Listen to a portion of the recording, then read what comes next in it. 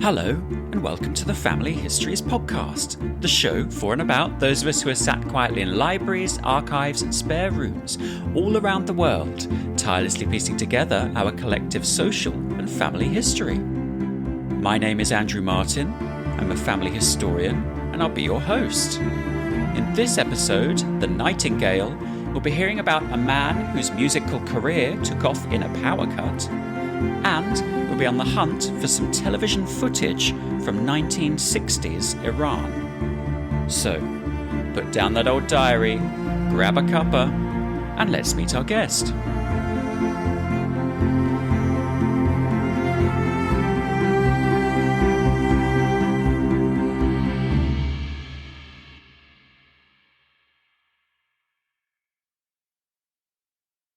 Today, listeners, I don't have a guest. I have two guests, the first of whom is an Emmy Award-winning documentary writer and producer, an author, a former TV news reporter, and co-founder of a live storytelling show called Story Boom. And joining us is her sister, who's a musician and composer and anthropologist of Middle Eastern Jewish culture, who has held assistant professor positions in New York and is a fellow of the University of Pennsylvania's Katz Center. Most recently, they have pooled their skills of research, storytelling, and music to bring us the podcast series The Nightingale of Iran, which explores their family's Mizrahi Jewish musical roots.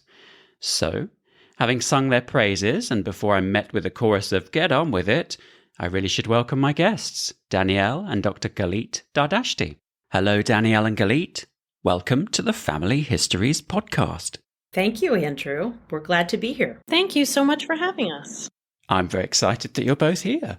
So that introduction certainly paints a rich canvas of work. I think you must be both very busy, but let's take a step back first to find out how and when you began to research your family's history.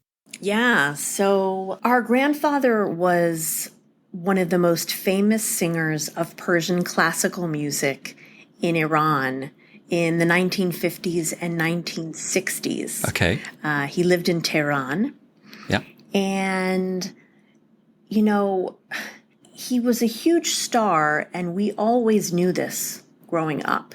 You know, we were told stories from our family ever since we were small kids. And we actually had met our grandfather. We knew him. We didn't know him very well, but we knew him from, whenever we were in spaces where, people would beg him to sing and that kind of thing. Wow. So we knew he was this big star in Iran. He would sing. He had a weekly spot on Iranian national radio. He sang concerts at the biggest concert halls in Tehran and throughout Iran, and he was often asked to sing for the Shah in the Shah's palace. So this is the background of our grandfather. So having known that he was famous, did that mean that there were lots of things that you could use to kind of research his life and maybe those who came before him? Well, it's interesting because, I'm an anthropologist. I had originally thought I'd be able to go to Iran and do research on his life, but I wasn't able to do that. It seemed dangerous for me since, our grandfather was this star that was beloved by the Shah. Right. So even though musically, I would say I had at least attempted to try to get to know his music over the years, much more recently, especially. Yeah. These stories about him, we really didn't know. We really didn't know very much, other than kind of these big stories that our father and our uncles and aunt would tell us over and over again about how famous he was and amazing he was. And we found once we started, Danielle and I doing the research for this project together, we found that was true. Absolutely, that he was hugely famous. But there was much more to the story that we hadn't understood about the parameters of his fame. For instance, our father, when he was a teenager, so this is the oldest son of the Nightingale of Iran, our father, when he was 19 years old, became a pop star in Tehran, a teen idol, and had his own show on television. Wow. And in the stories that our father told when we were kids, it was always like, I was a teen idol on TV in Tehran. And then 6 months after getting my own show, I just decided to leave and just give it all up because I wanted to go to college in America. And, we never really questioned that or really thought critically about any of the why did they really leave kind of thing, because it was always told to us like this magical fairy tale that was so beautiful. It just seemed sort of like, why question it? Yeah. And it wasn't until Galeet and I started working on this project that we really dug in and asked the really hard questions to not just our father and our father's siblings, but lots of other friends, family, fans, historians, scholars, musicians all over the world about what the situation was really like at that time in Iran and why it may not have been that difficult for them to give it all up and leave. Yeah. And our podcast tells the story and gives that all away. Wow. So what was your family's reaction to researching? I mean, obviously you have made the podcast, so there's been some cooperation, but were they kind of desperate to help you with that? Or were they kind of a little bit cautious as to what you might uncover? It's interesting. They were all very, very receptive. Our father was very, very excited about us researching his story. But I do think he wasn't thinking we were going to go as deep as we did, but then he was fantastic. He was so wonderful.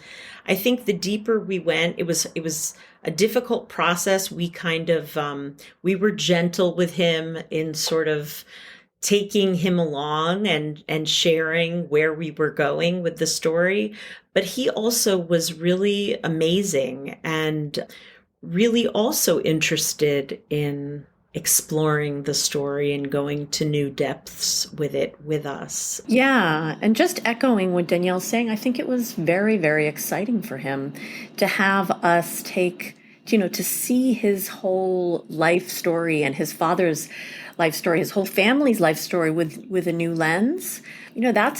That's really exciting to kind of rethink things that you had been thinking about in a certain way your whole life.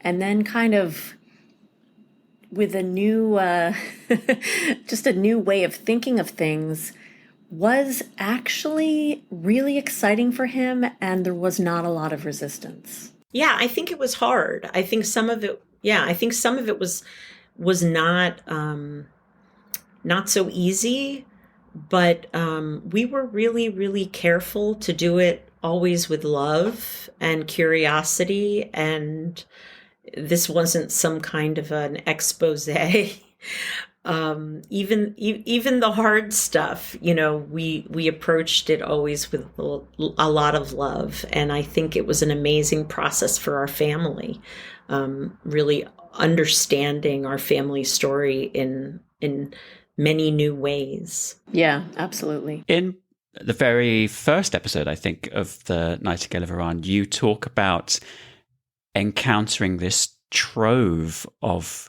audio recordings. What was that like to discover those? Yeah, it was pretty crazy. My husband and I were living in my parents' house for a few months while they were out of town. We were like house sitting for them while some renovations were being done in our own house.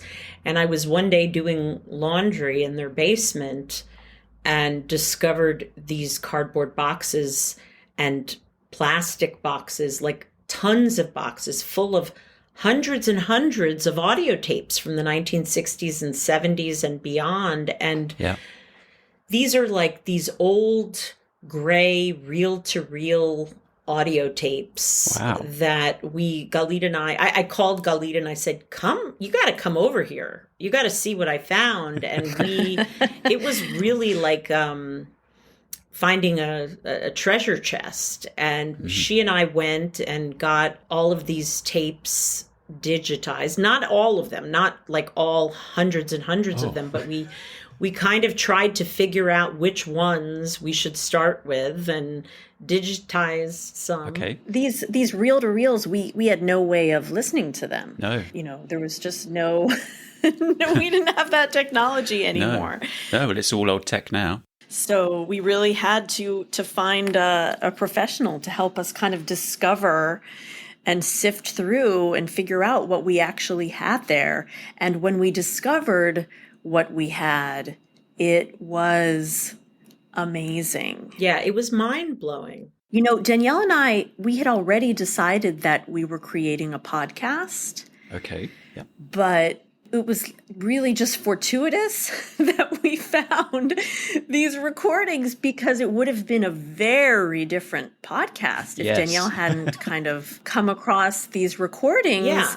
What she ended up finding were these recordings that were, some of them hours long, that our family sent between New York and Iran and in Israel, because long distance calls were so expensive in those days. Okay. People didn't just pick up the phone and call each other, so they would basically record these long voice memos to one another. And our family happens to be a family that expresses their love to one another through music. And so not only are they telling amazing stories or just telling kind of mundane things in these recordings, like, oh, we got our first phone today, in the 1960s, or, just this is what, Danielle's doing in school today.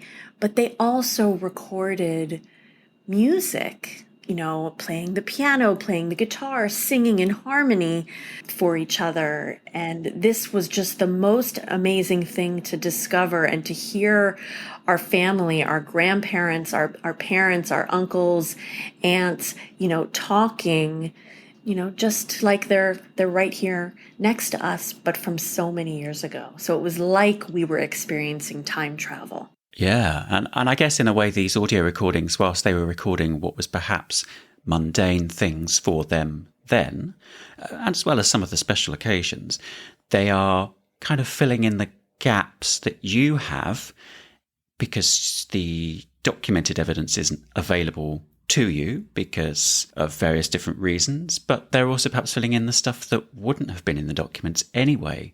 And therefore, they are painting a much fuller, richer, and perhaps more honest portrait of your family history. Yeah, and they even recorded holidays and special occasions, birthday parties, and Friday night dinners with the family. And you could even hear a change over the years in their customs and the kinds of things that they did as our father assimilated when he moved to America and kind of shed his Iranian-ness and started becoming an American Ashkenazi cantor as he became. So, it was amazing. It was like an audio diary over the years that we were able to explore and visit. Were all of these different formats in fairly good condition? And, I can't fathom just how difficult it must have been to pick which ones to listen to first or which ones to get digitized. I mean, it was insane. I mean, so to answer your question about good condition, like I was shocked by how clear these voices were, how it was like I was sitting right there with them. It was like this conversation we're having with you right now that clear. And as far as which ones to pick, I mean, honestly, there may be many, many, many more that we haven't heard yet that are just as fabulous that are down there. I swear. It's like it was an insane process deciding which ones, because you're talking about hundreds and hundreds of tapes and hours of recording on each tape. Yeah. So what we did was and a lot of the descriptions on the tapes are written in Persian, and Galeet and I do not read in Persian. And so we had to get the labels translated, and then based on what it said on the label and the year that it was from, we would say, oh, wow, I want to hear that, And so we did digitize most of the tapes that were from the earliest years. Right. Okay. And then when you start getting into the 70s and 80s and tapes that were cassette tapes and VHS tapes and beta tapes and all kinds of other tapes, we didn't digitize and translate all of those, because for many of those, we were actually alive and around for some of those things. We did get some of those translated from special occasions, like when our family had just returned from spending a half a year in Mexico. And when we, there were some tapes that we were dying to hear what was on them and hear our own voices as little kids on the tapes. But those early ones from the 60s, when our father first came to America, we digitized most all of those. There were a few that seemed to have very little on them based on the label. So having produced the podcast and done all of this research and listening to all of these recordings, what has that taught you about yourself? Are you asking both of us? Yeah, let's see if they're different. Well, first of all, for me, on a very basic level, before this project, really wasn't very Persian at all and didn't feel a very strong connection to my Persianness. Unlike Galeet, who has done a lot of research in Middle Eastern Jewish culture, my career hasn't really focused on that. And we really didn't have a lot of Persian culture in our upbringing. So I think one of the things that this project has done for me is sort of heightened my sort of sense of that part of my identity. Okay. I do feel now like that's a big part of my identity. It's really interesting, but it has transformed me in that way. I also think that really this emphasis on preserving family stories, which I always have been obsessed with, is even heightened, where I just can't encourage people enough to record the people that they love around them, telling the stories of their lives while they still can. This project was so incredible for our family. And I think it's, while not everyone can produce a podcast series, a documentary series like the one Galeet and I did together because of our combined talents, I think everyone has access to voice recording devices and things on their phones these days. True. Yeah. And you can just hit record and preserve some of those stories. So I think for me, it's even really intensified that part of me, and that I'm sort of an evangelist now of like, preserve your stories, Music to my ears. Danielle said a lot already, so I'll just add a little bit and say that, for me personally, this has been so exciting. First of all, Danielle and I have never worked on a project together, and I think never imagined that we would work on a project together. But, when I applied to graduate school, a big impetus for me in applying to graduate school was exploring my family background. I wrote all about our grandfather when I applied to graduate school, and I said what I wanted to research as an anthropologist. And I had envisioned going to Iran. That was, that was my goal as an anthropologist. And it quickly became clear that I could not go to Iran. Once I started graduate school, politics shifted, and I had to kind of change course. As an anthropologist, I didn't want to do research in the United States. I wanted to go to another culture and immerse myself. And so that research on my grandfather kind of got left behind, and I only really pursued it as a musician.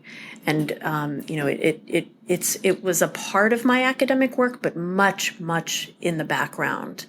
And so in doing this project with Danielle, it's really come full circle. And I all kind of combined my academic and artistic and, familial desires. And we created something that very different than what I would have created alone.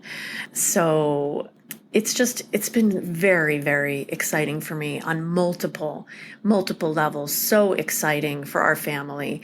And, it's been really meaningful for me personally.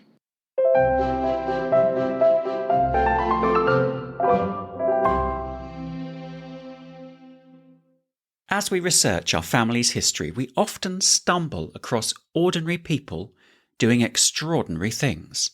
Good things, or, sometimes not so good things. Yes, it's that part of the show where our guests choose one of their most fascinating relatives and then tell their life story. So, Danielle and Galeet, who are you going to introduce us to? Our grandfather, Younes Dardashti. Okay. He had a life that's, almost the kind that you would hear only in a movie or in a fairy tale. Okay, so where does this fairy tale begin? He was born in the Jewish ghetto of Tehran, which was called Serchal. Right. And he, lived there. He was an orphan from the time that he was 7 years old, living with his uncle. And they moved out of the Jewish ghetto when Jews were emancipated under the Shah of Iran in the 40s. Okay, yeah. And really, the thing that he loved most in life was music. And his uncle really didn't want him to sing, even though he saw he had this amazing talent. So he had to sing in secret. And music ultimately was the thing that kind of, it seems, that sort of allowed him to kind of hold on and, to continue in his life, that gave him strength.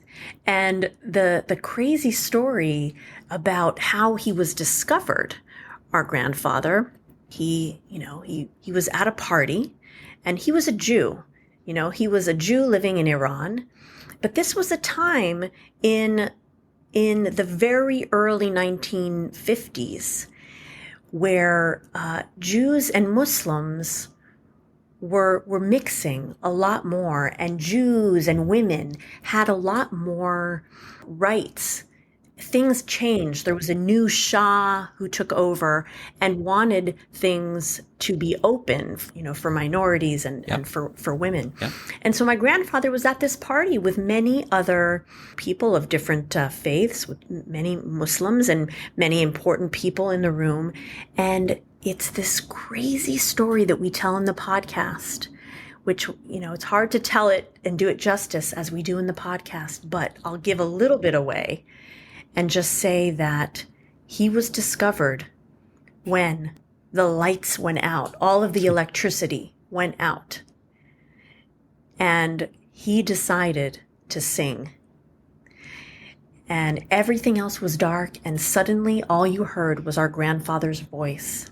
People were like, who is that voice? Who is that voice singing?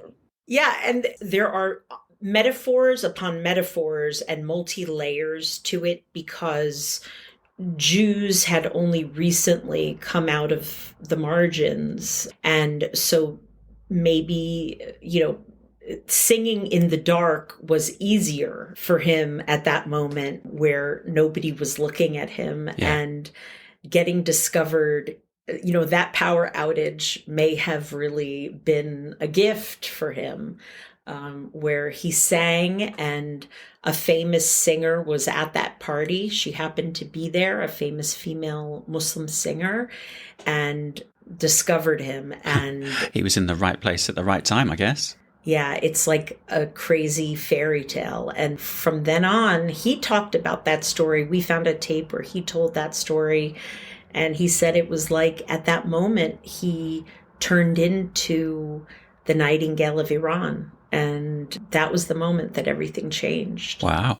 And so Andrew, after he was discovered, things just kind of moved very quickly, and soon our grandfather had the most coveted spot on Iranian national radio that everyone would listen to in the whole country. People would be glued to the radio as our grandfather sang weekly. And he just went on to just do all these amazing things in Iran and was beloved among the mainstream Muslim population. Okay. And those are the stories that we heard growing up. And in this podcast, The Nightingale of Iran, we make a discovery about, what we didn't know about his level of fame. Yeah, it's fascinating because the context for this is that he was also a religious Jew.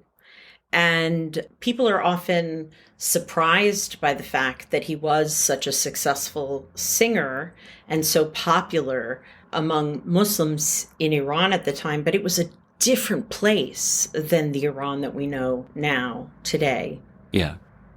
This was before the Islamic Revolution, in a time when the Shah of Iran had really opened things up for Jews and women and minorities in Iran. They were given rights for the first time to vote, and Jews were allowed to move out of the Jewish ghetto and in integrated neighborhoods with Muslims. So our grandfather was coming to fame at a time that was a very different time in Iran for Jews than the 500 years preceding that, and then the years since then. So it was a very unusual time. Yeah, I bet. Wow. Galeet, obviously you've discovered a whole load of recordings of Younes. What was it like for you to incorporate your grandfather's voice into your own music? And did you instantly feel like that was something that you had to do, or did you have a kind of a period where you were kind of anxious or not sure whether that was the right thing to do? What was that process for you? Yeah, so actually the music I had found way before, some of it. Ah, okay. I mean, yeah. All of these conversations that we're talking about, we had none of that.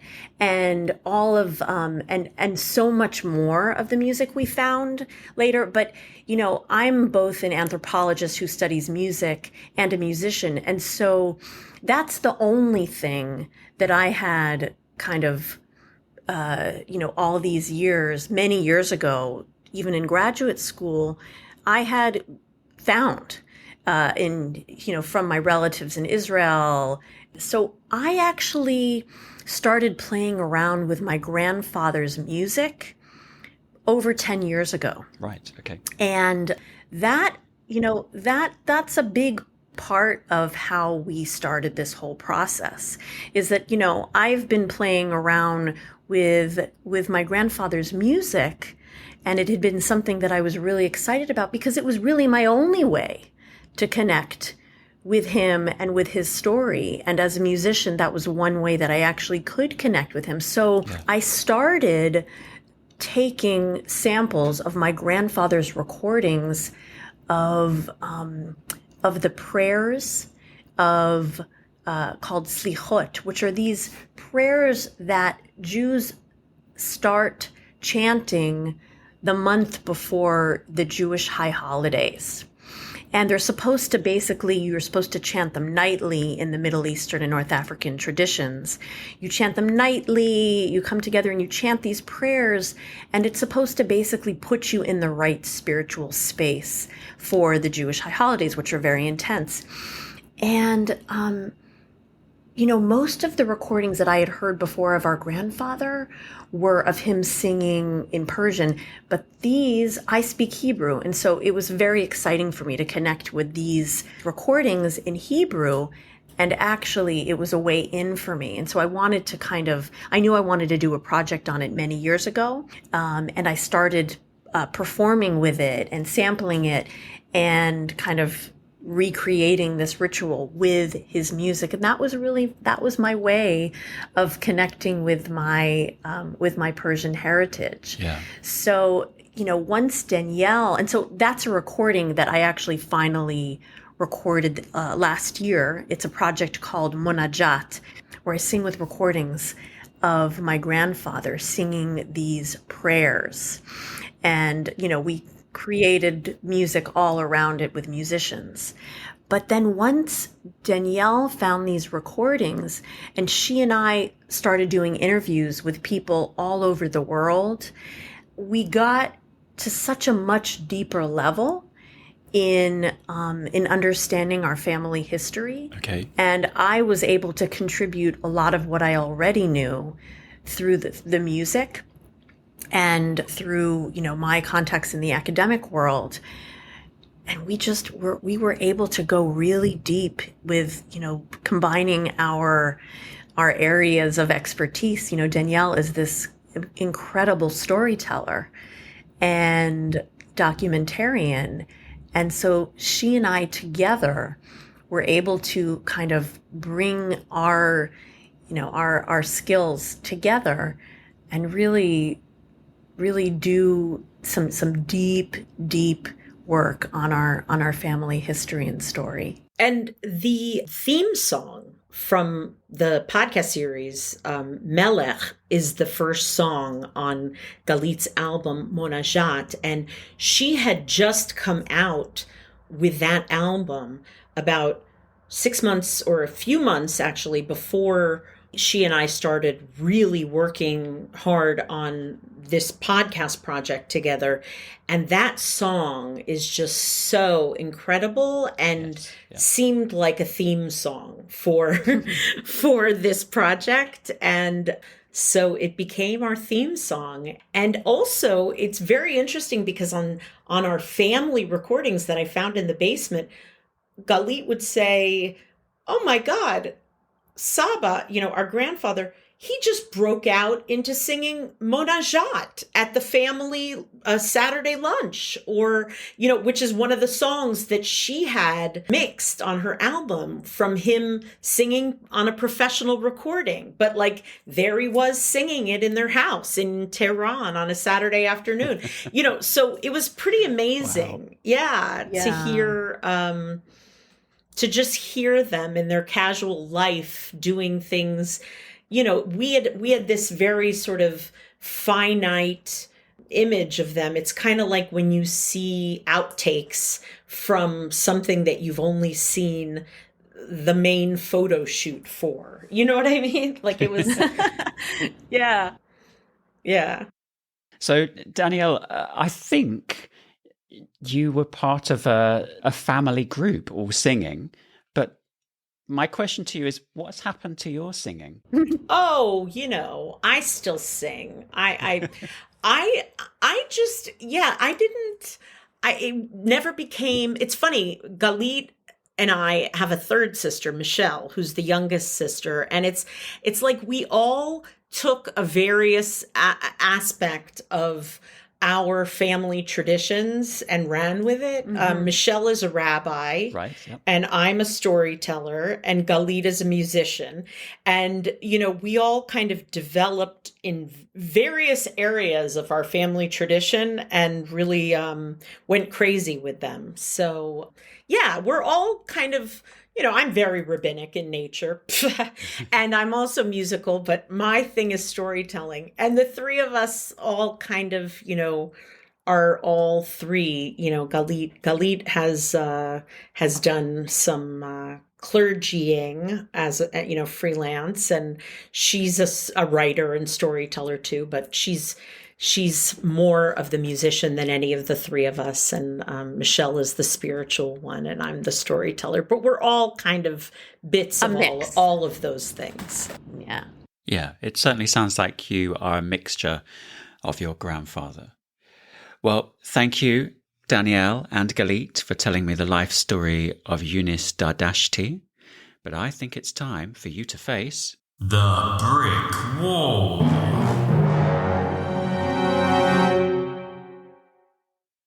Those dreaded research brick walls. Oh, I hate them. Yet they're also quite addictive to chip away at. Sometimes they take hours, weeks, or decades, and then suddenly a little clue shows up from nowhere and turns those bricks to dust. In this part of the show, I'll be asking my guests to share one of their brick walls in a hope that one of you, dear listeners, might just be able to help them solve it. Right. Danielle and Galeet, what have you got for us? So the brick wall that we ran into in making this project, which still is, I wish we could crack this nut, is we have never been able to find any video or even photos of our father, Right. the teenage pop star in Tehran from 1961 and 1962. We found like one kind of distorted photo of in the studio, but not really any good photos even, and certainly no video, and not even any audio of it, of him singing on TV. Yeah, nothing. We have tons of people that we've interviewed describing it, and our father describing it, but we have no footage of it, or audio, or photos. So this was the most popular television show in Iran at that time. So we feel like there have to be recordings of it somewhere. And so we're hoping somebody out there. Yeah, there ought to be something lurking somewhere. Yeah, or he also was like a huge teen idol, and he performed in a bunch of concerts at that time, and we don't even have photos of that from when he was a teen idol. So if people out there have any knowledge of where we can find photos of our father, Farid Dardashti, on Iranian television in Tehran in 1961 and 62, our brick wall will be knocked down. Yeah, the spring of 1962 is the time period that we are just dying for something from them. Yep. Well, I hope that we can help you with this. So what's the best way for listeners to contact you if they think that they have a research clue or an idea? So if anyone wants to contact us with this information about spring 1962 Tehran or anything else, they can reach us through nightingaleofiran.com, and then they'll get all the information there on our website about where to reach us, nightingaleofiran.com. Perfect. Of course, listeners can also head over to familyhistoriespodcast.com, where they can read this episode's show notes and send us a message, or they can email us at hello@familyhistoriespodcast.com, and we'll pass it right along to Danielle and Galeet. Now, my fingers are very tightly crossed for this one. I'd love this one to get solved. But while the listeners eagerly start rummaging through the records, I think I might just be able to help you solve this. But you're going to need to follow me through to the garage. Wow, what's all this stuff? This, Danielle, is my secret time machine. A secret time machine? You're joking. Why does everyone think it's a joke? No, this is a fully functional, scientifically calibrated piece of science. Are you sure? It looks like it's made from bits of junk. Is that a piece of a self-checkout? from a shop. Oh, what? Where? Over there. That? Oh, I'm afraid that's just a coincidence. That's actually part of a temporal hypertransference circuit. Oh, okay. If you say so.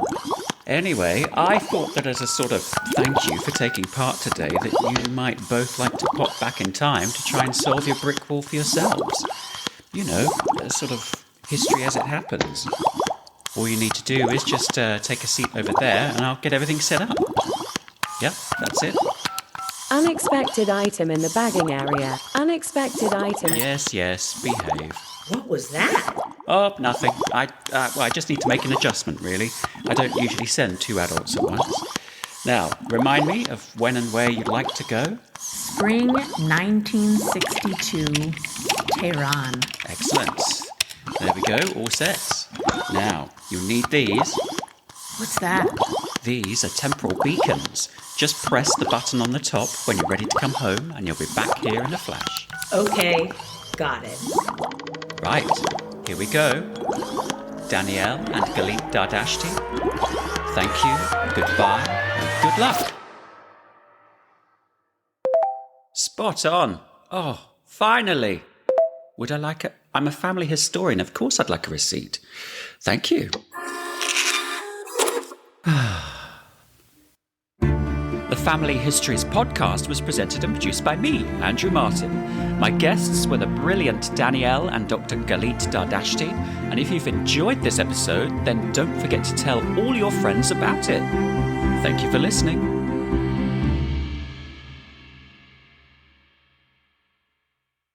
Approximately no family historians were harmed in the making of this podcast.